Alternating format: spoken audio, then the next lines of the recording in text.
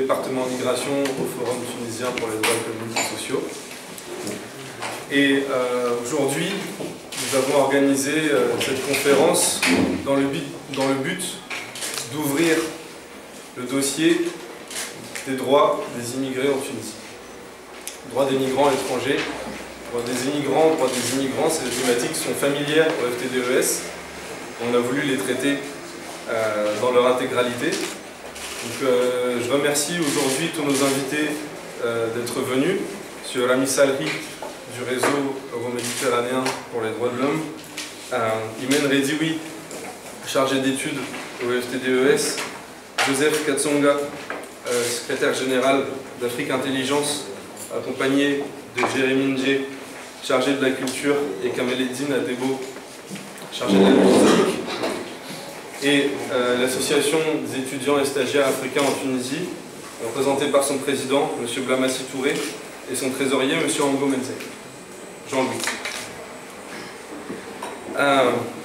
Donc, comme je le disais,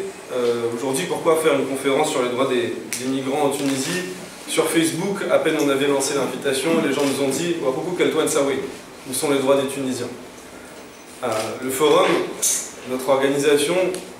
tente de traiter les droits économiques et sociaux dans leur intégralité. Et dans une période de transition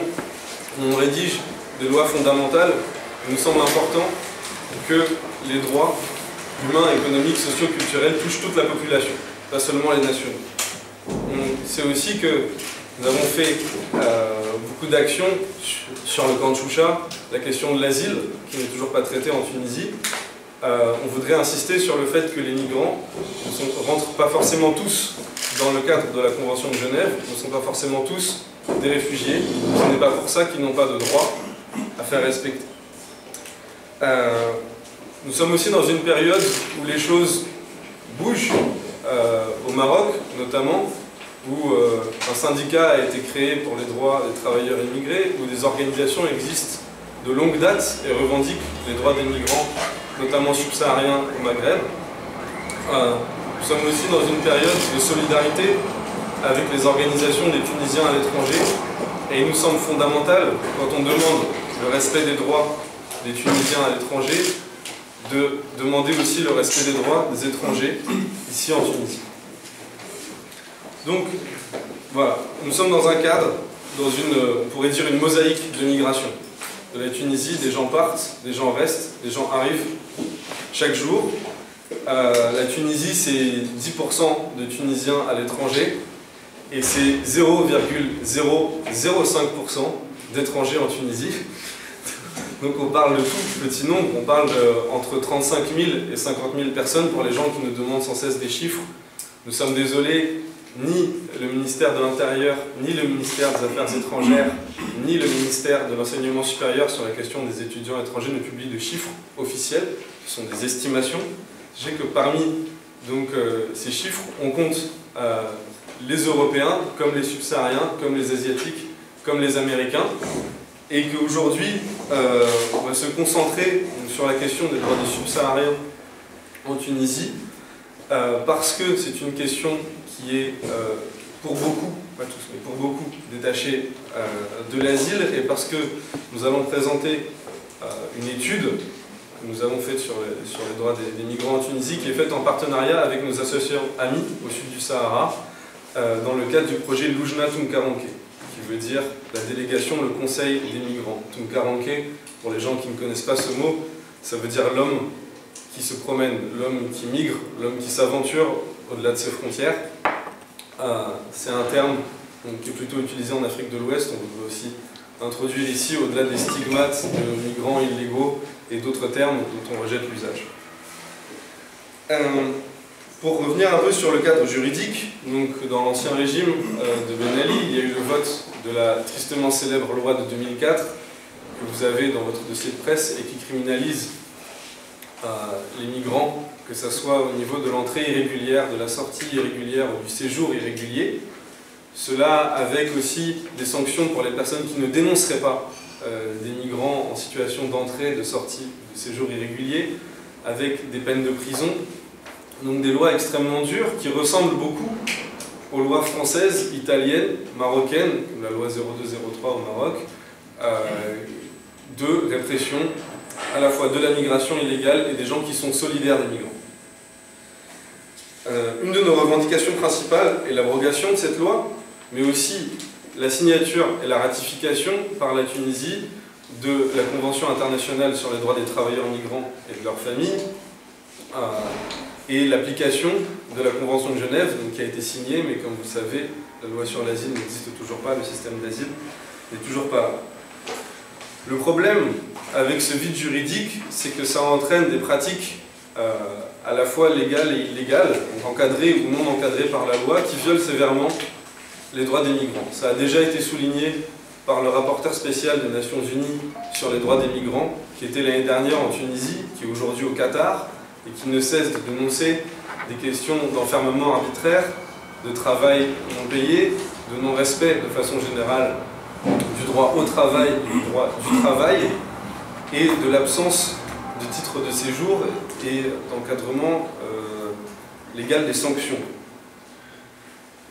Nous observons aussi que l'aéroport de Tunis-Carthage est devenu un passage de plus en plus difficile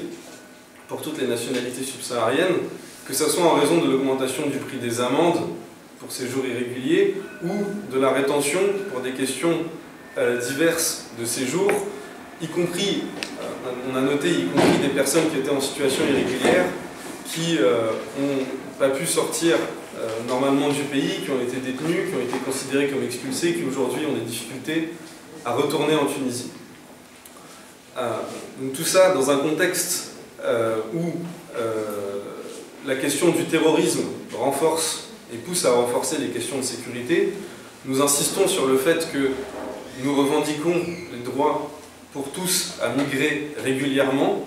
Nous ne sommes pas pour l'abolition des services de sécurité, de police ou de douane, c'est une question différente. Nous voulons un encadrement légal pour le plus grand nombre pour pouvoir migrer dans les meilleures conditions. Je voudrais aussi souligner les nombreuses violations aux droits qui nous ont été signalées par des migrants lors de descentes de police, lors d'arrestations, lors de fouilles de maisons, lors d'arrêts à des barrages ou autres, qui rappellent les tristes contrôles aux faciès dont sont victimes les Tunisiens en Europe. Enfin, je vais rappeler les revendications du FTDES, donc, qui sont l'abrogation de la loi de 2004, comme j'ai dit tout à l'heure,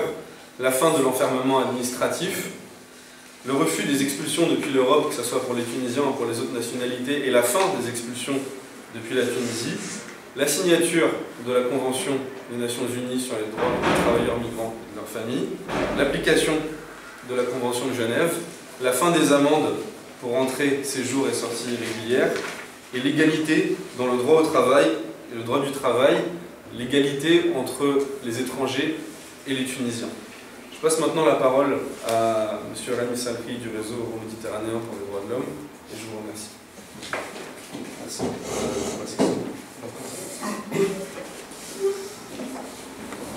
Merci beaucoup Nicanor, merci à nos invités. Pour des raisons d'équilibre linguistique, je vais basculer vers l'arabe. مرحبا بكم الناس الكل وشكرا لكم لتلبية دعوة المنتدى التونسي للحقوق الاقتصادية والاجتماعية. في الحقيقة إضافة إلى ما تفضل به صديقنا نيكانور حول جملة القضايا المتعلقة بالمهاجرين المقيمين أو في تونس بطريقة قانونية أو غير قانونية، لأنه في الحقيقة وسنرى ذلك خلال الدراسة التي سيتم عرضها من قبل المنتدى أنه توجد عديد الانتهاكات بحقوق الأجانب الموجودين في تونس. نحن دائما نتحدث وصوتنا عالي حول قضايا المهاجرين التوانسة الموجودين في الخارج، ولكن طريقة التعاطي مع ملف الأجانب الموجودين في تونس لم تكن شافية، ولذلك صارت العديد من التحركات، صارت العديد من التظاهرات التي حاول من خلالها أصحابها لا سيما الأجانب الموجودين في تونس للتعبير عن جملة القضايا التي يتعرضون لها، خاصة من الجانب الأمني في ظل عدم وجود بطاقات تسمح لهم بالوجود القانوني في تونس، من الناحية الصحية لأنهم كذلك يتلقون كثير من المشاكل في ما يتعلق بالعلاج، فيما يتعلق بالوصول إلى جملة من الخدمات، وطالما أن وجودهم يعتبر غير قانوني وحتى بعض منهم الذين وجودهم قانوني فهم يتعرضون إلى صعوبات كثيرة. هذا إلى جانب ما تبقى من طالبي اللجوء الموجودين في مخيم الشوشة كذلك، والذين كما تعلمون من الناحية الرسمية تم غلق مخيم الشوشة، ولكن من الناحية العملية لا زال يوجد 300 مواطن موجودين في تونس ولكنهم لا يتحصلون على أي حد أدنى من الحقوق ومن الخدمات. هذه تعقد في إطار تونس تتفاوض فيه مع الاتحاد الأوروبي حول اتفاقية الشراكة من أجل التنقل. وفي الفترة هذه بالذات في اليومين هذوما بالذات هناك زيارة لوفد أوروبي عالي المستوى، وفد من المفاوضين الذين سيخوضون مع الحكومة التونسية مفاوضات تقنية حول اتفاقية الشراكة بين تونس والاتحاد الأوروبي، والتي من بين بنودها أن تونس ستكون يعني خلينا تقريبا أحوصلها بشكل عام هي اتفاقية ظاهرها في مصلحة الشراكة والتنقل بين ضفتي المتوسط، لكن باطنها أن تونس ستلعب دور متقدم كما نعرفه جميعا في حراسة حدود أوروبا. للأسف كل الفصول التي موجودة في هذه الاتفاقية هي فصول للحد من حرية التنقل وبشكل قانوني وبشكل مقنن بين الطرفين، لأنه يفترض أن تونس تلعب دور في كبح جناح الهجرة والمهاجرين انطلاقا من تونس ونحو أوروبا، وهو ينخرط في إطار هذه الإشكاليات اللي موجودة بالنسبة للمهاجرين في تونس، لأنه نحن نطالب بحرية أكثر في التنقل بين ضفتي المتوسط وبين كافة الدول. ولكن للأسف أنه الاتحاد الأوروبي من جهة وكذلك الحكومة التونسية من جهة لا توجد هناك إرادة سياسية، لأن أحسسنا أن العملية مبنية أكثر، هؤلاء يبحثون عن مصالح أمنية والآخرين يبحثون عن مصالح اقتصادية. الحكومة التونسية تريد أن تكتسب ما أمكن من المكاسب الاقتصادية من خلال هذه الشراكة، والاتحاد الأوروبي يحاول أن يحقق مكاسب أمنية على حساب الحقوق والحريات الأساسية. نقطة ثانية تعرض لها صديقنا نيكانور تتعلق أساسا باحترام التعهدات الدولية، لأنه من الأشياء المضحكة في مشروع الاتفاقية هذا أنه الاتحاد الأوروبي يدعو تونس إلى الإمضاء على اتفاقية العمال المهاجرين وعائلاتهم، ولكن في نفس الوقت أغلب الدول الأوروبية لم تمضي هذه الاتفاقية. فبالتالي نحن كمجتمع مدني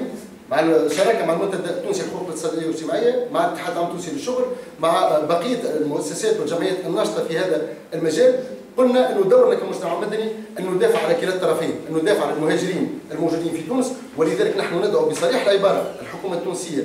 أن تمضي هذه الاتفاقية وأن تفعلها، وكذلك أن تفعل اتفاقية جنيف للاجئين. ونفس الشيء نحن نطالب وطلبنا في أكثر من مناسبة، وبإمكانكم الاطلاع على بيانات المشتركة بين المنتدى وبين الشبكة وبين عديد الفاعلين الآخرين على المستوى الدولي والوطني على مطالبتنا كذلك الحكومات الأوروبية ودول الاتحاد الأوروبي أن تمضي هذه الاتفاقية لما فيها من احترام لحقوق المهاجرين في الجانب الآخر. النقطة الأخرى التي أريد أن أتحدث فيها ولا أريد أن أعيد ما قاله نيكانور تتمثل في علاقة المجتمع المدني كلا الطرفين، بالحكومة التونسية وبالاتحاد الأوروبي. يعني في الحقيقة نحن حاولنا ما أمكن أن نلعب دور متقدم في الدفاع عن حقوق المهاجرين أينما كانوا وأينما حبوا وأينما يريدون الذهاب، هذا من حيث المبدأ. لكن كمؤسسات يجب أن نتعامل مع مؤسسات وهيئات بما يمكن أن نؤثر ولو نسبيا في القرار الذي سيتم اتخاذه في علاقة بهذه الاتفاقية. في علاقة بالحكومة التونسية يعني بالفعل هو أمر مؤسف للغاية، وخاصة في علاقة بوزارة الخارجية التي نعتبرها هي الطرف الرئيسي المفاوض مع الاتحاد الأوروبي والحكومة التونسية بشكل عام، رغم لقاءاتنا المتكررة مع مختلف المستويات في المستوى الحكومي، انطلاقا من الوزير الأول السابق سيد حمادي جبالي، مرورا بالوزير الأول الحالي رئيس الحكومة علي العريض، مرورا بعديد الوزراء الموجودين في كلا الحكومتين. ولكن للأسف كل مرة نسمع خطابات تتعلق بإدماج المجتمع المدني والتشاور مع المجتمع المدني في إطار مؤسسات، ولكن لم يتم تفعيل هذا بأي شكل من الأشكال. إلى حدود اليوم نحن نتصل أكثر من مرة، نوجه مراسلات، بيانات، نقوم بندوات صحفية للتعبير على ضرورة إشراك المجتمع المدني في المفاوضات القائمه حاليا نحن لسنا طرف حكومي، لسنا اصحاب القرار في المفاوضات، هذا متاكدين منه وعارفينه، نعرف دورنا ودور الحكومه ودور الاتحاد الاوروبي، ولكن دورنا كذا ان نكون حاضرين، ان نكون مراقبين لهذه المفاوضات، لانه لا نريد ان تكون هذه المفاوضات ان تنزاح عن مسارها المفترض، وهو مسار ان تكون لصالح كلا الطرفين، يعني لصالح الشعوب، لصالح الفئات المعنيه بهذه المفاوضات. يعني هذا في الحقيقه امر مؤسف، ونريد ان نطلع عليه يعني بشكل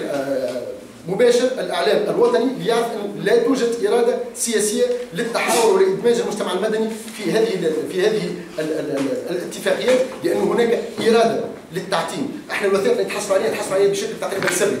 من خلال علاقاتنا، من خلال صداقاتنا في كل الاتجاهات نتحصل على وثائق المفاوضات، ونحس ان هناك اراده في اخفاء هذه المفاوضات وفي اخفاء تفاصيلها. من الجانب الثاني والجانب الاوروبي، احنا معنا طيله سنوات نفس الشيء تم اقصائنا من هذه المفاوضات ومن هذه المشاورات، وبالتالي المجتمع المدني لم يكن لديه اي اطلاع على حيثيات التفاوض، لان هناك امور تفصيليه مهمه جدا تتعلق بالحقوق والحريات في كلا الجانبين، سواء داخل الدوله التونسيه لفائده المهاجرين سواء الاجانب منهم او التوانسه، وكذلك داخل الفضاء الاوروبي. مؤخرا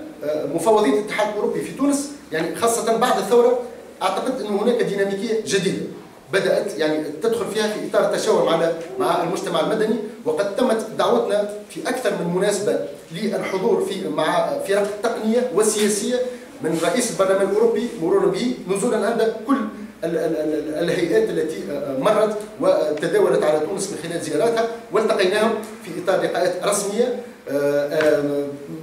بعد يومين سنلتقي مع الوفد المفاوض الذي قدم الى تونس للتفاوض مع الحكومه التونسيه، ونعتقد ان اشارات ايجابيه للغايه قامت بها مفوضيه الاتحاد الاوروبي في تونس. نحن ننتظر نفس المؤشرات في علاقه بالحكومه التونسيه، ان تقوم كذلك باحترام مكونات المجتمع المدني وباحترام رايها، لانه نحن لا نعمل ضد اي طرف، نحن نعمل مع الحقوق ومع الحريات. يعني في الختام اريد ان اقول انه مره اخرى نشكر أصدقائنا وزملائنا في المنتدى التونسي للحقوق الاقتصادية والاجتماعية، لأنه بالفعل هم يركزون على جملة من القضايا التي أصبحت في أغلب الحالات يعني من